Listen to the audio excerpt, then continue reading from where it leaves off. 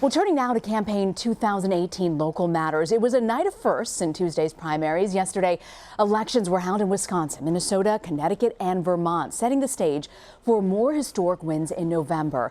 In Vermont, a transgender woman won the Democratic Party nomination for governor, and in Connecticut, voters could be sending their very first African-American Democrat to Congress. In Minnesota, a Democratic candidate is poised to become one of the first Muslim women in Congress. And in both Wisconsin and Minnesota, both major parties have women on the ballots for U.S. Senate. Joining me now, Scott Wong. He's a senior staff writer for The Hill. Okay, Scott, I don't know how better you can say it. It was a pretty strong night for women. We had Republican Leah Vukmir will face incumbent Tammy Baldwin in November. You've got Senator Tina Smith in Minnesota overcame a primary challenge. Will also face Karen Housley. Tough races. It's going to be for both of these two incumbent females. Senators moving forward. How likely do you think they'll be able to move on in November? I think in the Wisconsin and the Minnesota races, we have to say that Democrats are favored in those races. I think in the Wisconsin race specifically, Leah Vukmir, she fended off a primary challenge from a very well-funded candidate who spent $10 million to try to defeat her. She was able to fend that off with support from Governor Scott Walker and Speaker Paul Ryan. Basically, the GOP establishment, she is the preferred pick for Republicans to take on Tammy Baldwin in November. But I do think Tammy Baldwin is slightly favored to hang on. Democrats feel good about her. They know that it will be a tough race, but Republicans think that if they can replicate sort of the magic in Wisconsin that they had in 2016, where they sort of ran the board, they think maybe this is an unexpected pickup opportunity for them. But right now, I would say both of those Minnesota seats and the Wisconsin seats in the Senate lean on the Democratic side. You know, when you look at Vermont, Scott, Democrats elected the first transgender gubernatorial nominee for a major political party, Christine Hallquist. What are her chances against Republican Governor Phil Scott? It's a typically blue state, right? It's typically a blue state, but as you mentioned, the Republican is the incumbent. Anytime you have an incumbent in there, they have a certain built-in advantage. They have a campaign apparatus. But clearly, the energy is on the side of Ms. Hallquist. She has a personal story. She has obviously garnered some national attention now. I think you'll start to see this really becoming more of a national race where money will be pouring in. It really depends on whether or not Democrats will have the momentum heading into November. So far, it looks like they will, and maybe Hallquist can catch a ride on some of that momentum. So right now, it's a toss-up, but clearly one of the more interesting races that we will be following in November. You know, speaking of interesting races, I've always been fascinated in Connecticut. I spoke to one of the Democratic Party leaders. They're talking about infusion of money from Asian folks who are really being active this time. But I can't believe I'm telling you that this could be the first African-American Democrat elected to Congress in November. I mean, it's 2018. We're talking about former Teacher of the Year, Jahana Hayes, and also Minnesota could be sending one of their first Muslim women to Congress. What's driving this sea change at this point, Scott? You know, I think what's interesting to point out is that very early on, when President Trump first was elected to the White House, you saw, remember the day after that happened, there was the Women's March in Washington, D.C., and in cities around the country and around the world, women mobilizing, saying they were going to protest the election of Donald Trump. They were going to get involved, many of them marching and taking part in public protests for the first time. And a lot of those women decided to run for Congress. And I think you're seeing, that's mainly the reason why you're seeing so many female candidates, specifically on the Democratic side, for local races, for school board races, all the way up to Congress and the House and the Senate, because so many women are, excited, angry, frustrated at what's going on in the Trump administration and have decided to get involved.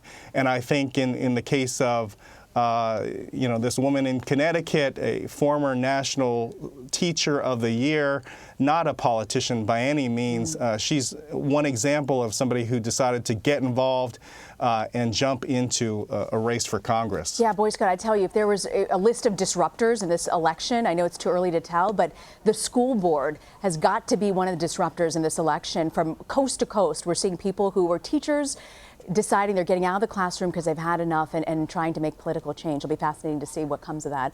I do want to also ask you about Congressman Keith Ellison actually winning the Democratic nomination for Minnesota Attorney General, despite all these allegations of abuse from an ex-girlfriend. Were you surprised by that? It's also the same state where Senator Al Franken stepped down over sexual misconduct. He was forced out by Washington, really. Do you see a difference in these two cases? And do you think that Al Franken should just stuck it out? I can't speak for what Al Franken should or should not have done, but I will say that in the case of Keith Ellison, a lot of these allegations by his ex-girlfriend and the ex-girlfriend's son have been unsubstantiated to this point. There are allegations that there's a video or some kind of recording of domestic violence. So far, that has not materialized. In the case of Al Franken, we did see photographic evidence of him making light of groping women, and so there were photos that he could not dispute, and it was there for everyone to see. I will say that the Democratic National Committee, of which Ellison serves as vice chairman, he's the #2 official at the DNC, they opened an investigation and said they are reviewing these very serious allegations against Ellison. Remember, Keith Ellison is running to be the top cop, the Attorney General of the state of Minnesota. And so that's why I just don't understand this, Scott. If he's running to be the top cop and there's allegations against him of abuse, but the voters still voted him in. So, I mean, what does that say about the tide? Is there anything to be read in that? I mean, it's going to be left up to voters in November. Like I said before, these allegations have not been independently substantiated.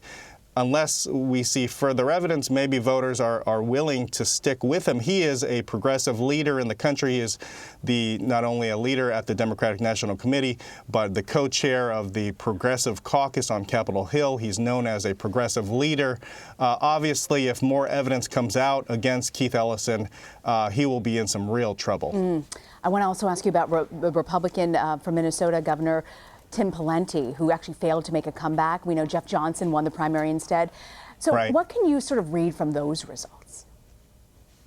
I think what we can read into that is Johnson portrayed himself as more of a loyal ally of President Trump and tried to paint Tim Pawlenty, the former governor, former two-term governor and former presidential candidate, as disloyal to President Trump, noting that he did not rally to Trump's defense during the Access Hollywood debacle in 2016.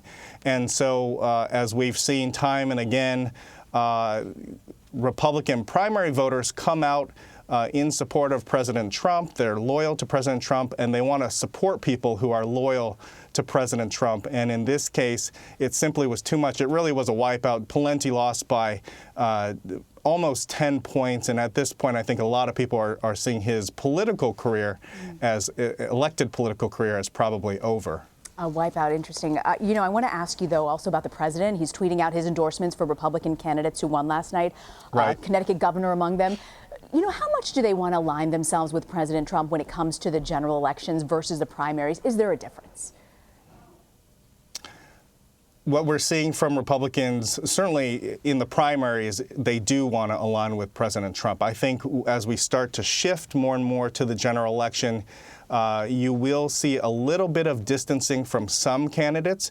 Now, other candidates like Ron DeSantis in Florida, who's running for governor there, the president was just out stumping for DeSantis. He's very conservative. He believes that in order to win the state of Florida, he needs to drive out the conservative base. He's not running to the middle by any means, even though a lot of people believe that in Florida you do need to run to the middle to win that election. So people are taking different strategies, different tacks. Some are aligning and associating themselves with President Trump. Others will be running in the other direction. Interesting. So before you go, Scott, I do want to ask you, while there's not a primary yesterday in Kansas. The incumbent Republican governor actually conceded last night in the gubernatorial race against Secretary of State Chris Kobach. Why did he do that, and what does it mean for the gubernatorial race there? It was interesting. I was surprised, quite frankly, that that the incumbent governor decided to concede. There were only 345 votes separating the two men. The governor said he just did not see a path to victory. Obviously, they were crunching the numbers on a much more technical level than we were. But I think what it means is you now have a hardline, immigration hardliner conservative in Chris Kobach as the Republican nominee in Kansas. Democrats believe they have a chance now to take on Chris Kobach and perhaps win back the governorship in Kansas. Right now, Kansas is entirely red. The entire state government is controlled by Republicans. And so Democrats see this as perhaps an opening, and that maybe voters will revolt against a candidate that they believe is too far to the right. It's going to be a fascinating election come November. Interesting to see all these primaries shake down. Scott Wong, thank you so much for joining us. Thanks for having me.